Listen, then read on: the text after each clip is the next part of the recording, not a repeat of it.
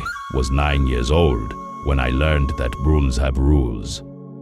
It was evening. The sun had just set, and the compound was settling into that quiet hour between day and night. I had spilled groundnuts on the floor, tiny brown shells scattered everywhere, and without thinking, I reached for the broom. My grandmother's hand caught my wrist before the broom touched the ground. "What are you doing?" she whispered, her voice urgent but not angry. "I'm sweeping," I said, confused. "Not at night," she said firmly. Not at night. Never night. Never at night. Let the broom from my hands and leaned it back against the wall. Then she made me sit down, and in the dim light of the kerosene lamp, she told me something I will never forget. When you sweep at night, you sweep away your blessings. I did not understand it then, but the way she said it, the way her eyes held mine, I knew this was not just about cleanliness. This was about something deeper, something sacred. So why did our elders believe this? And what were they protecting us from? Let me take you back to the fireside, where these truths were passed down. This belief, this sacred caution, is not unique to one family or one village.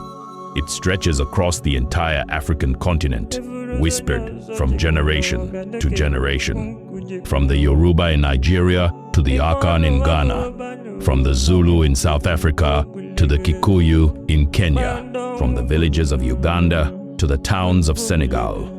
Everywhere you go, you will hear the same warning. Do not sweep at night. Wait for the morning. In my own Akan tradition, this was not a suggestion. It was a rule as firm as the earth beneath our feet. When the sun set, the broom was put away. If something spilled, you picked it up with your hands. If dust settled, it waited until dawn. No one questioned it. No one debated it. It was simply the way things were. The elders enforced this strictly, not with punishment, but with gentle correction and urgent reminders. They spoke as if they knew something we did not, as if they could see forces moving in the darkness that our young eyes could not perceive. In traditional African life, where every action carried spiritual weight, where the boundary between the physical and the spiritual was thin, sweeping was never just about cleaning.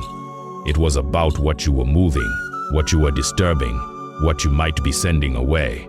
And at night, the rules changed, because the night belonged to forces that required caution and respect. Now, let me tell you why this tradition exists. There are 3 reasons woven together like threads in cloth: spiritual, cultural, and practical. First, the spiritual reason. In African spirituality, blessings are not abstract, they are real. They come in forms we can see and forms we cannot. Money that arrives unexpectedly, a child born healthy, a harvest that feeds the family through the dry season, good fortune, protection, peace. Our elders believed that blessings enter a home like visitors. They settle in corners, rest on doorsteps, gather where the family gathers, and, like all visitors, they can be swept away if you are not careful. During the day, when the sun is high and the ancestors are watching, sweeping is safe. The blessings know to move aside. They understand that you are simply cleaning, not rejecting them. But at night, the darkness changes everything. When you sweep at night, you cannot see what you are sweeping. You might be pushing out the blessings that came to rest in your home. You might be sending away the good fortune that was preparing to settle.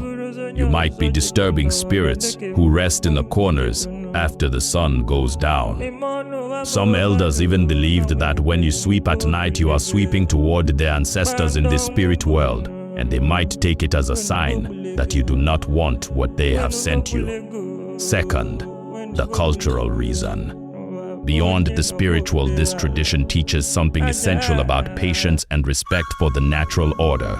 In African culture, everything has its time. There is a time to plant and a time to harvest, a time to speak and a time to be silent, a time to work and a time to rest.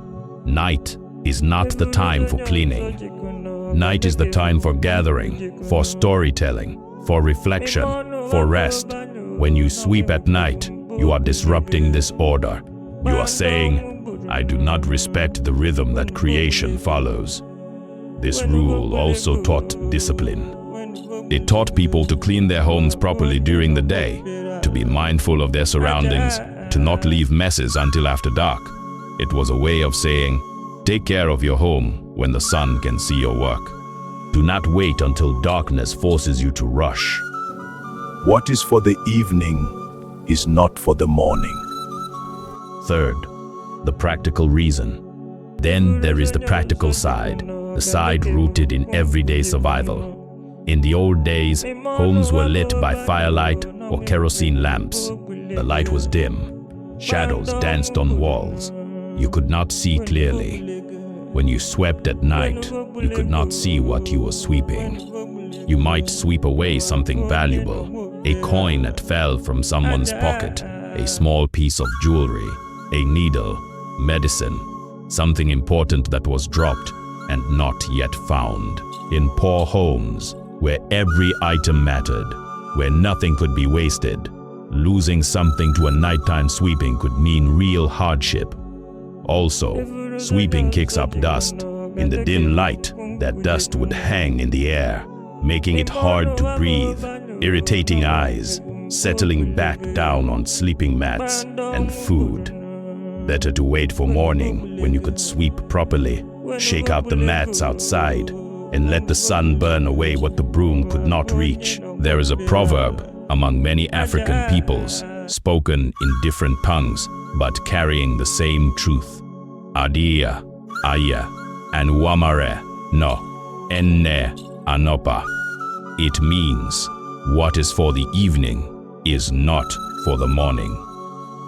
This proverb teaches us that everything has its proper time and place. What you do in the evening should not be done in the morning, and what belongs to the morning should not be forced into the night. Sweeping belongs to the morning. That is when you can see clearly. That is when the spirits are resting. That is when blessings know to step aside while you clean. But when you sweep at night, you are mixing what should not be mixed. You are acting out of time. And when you act out of time, you risk losing what time was meant to protect. This is the wisdom. Respect the rhythm of day and night, and the rhythm will respect you.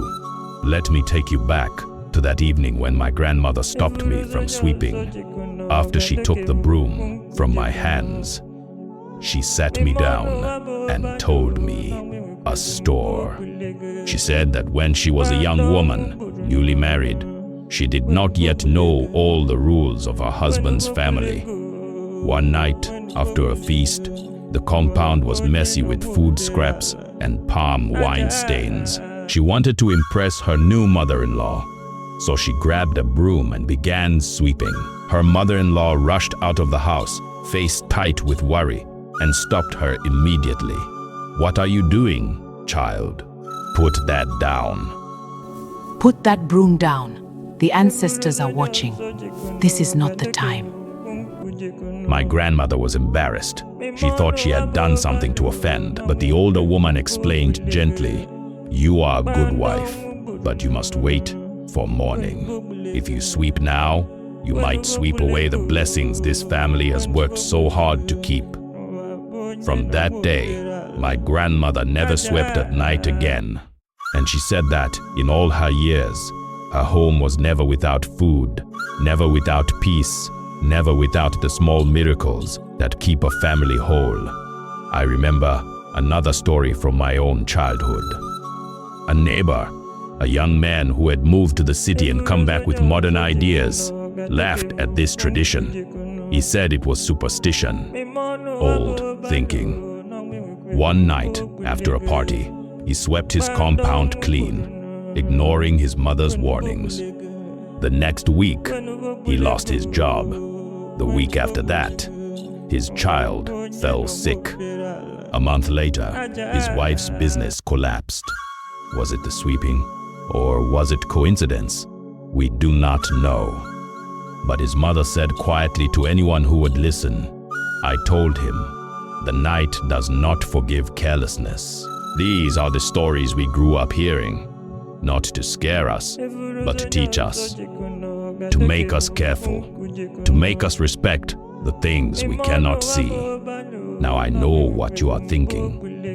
This is just superstition. Sweeping at night does not actually remove blessings. That is not how the world works. And perhaps you are right. Perhaps there is no scientific proof that moving a broom across the floor after sunset changes your fortune. But here is what I want you to consider. This tradition was never only about the broom. It was about mindfulness, about respect, about creating sacred boundaries in daily life. In today's world, many African families still follow this rule, not because they fear losing money, but because they understand the deeper lesson. Some rituals keep us connected to something greater than ourselves. When you refuse to sweep at night, you are pausing. You are saying, "I will not rush. I will not act without thinking. I will honor the wisdom of those who came before me." And in a world that moves too fast, that demands we work at all hours, that treats rest as laziness, this small act of waiting until morning becomes radical.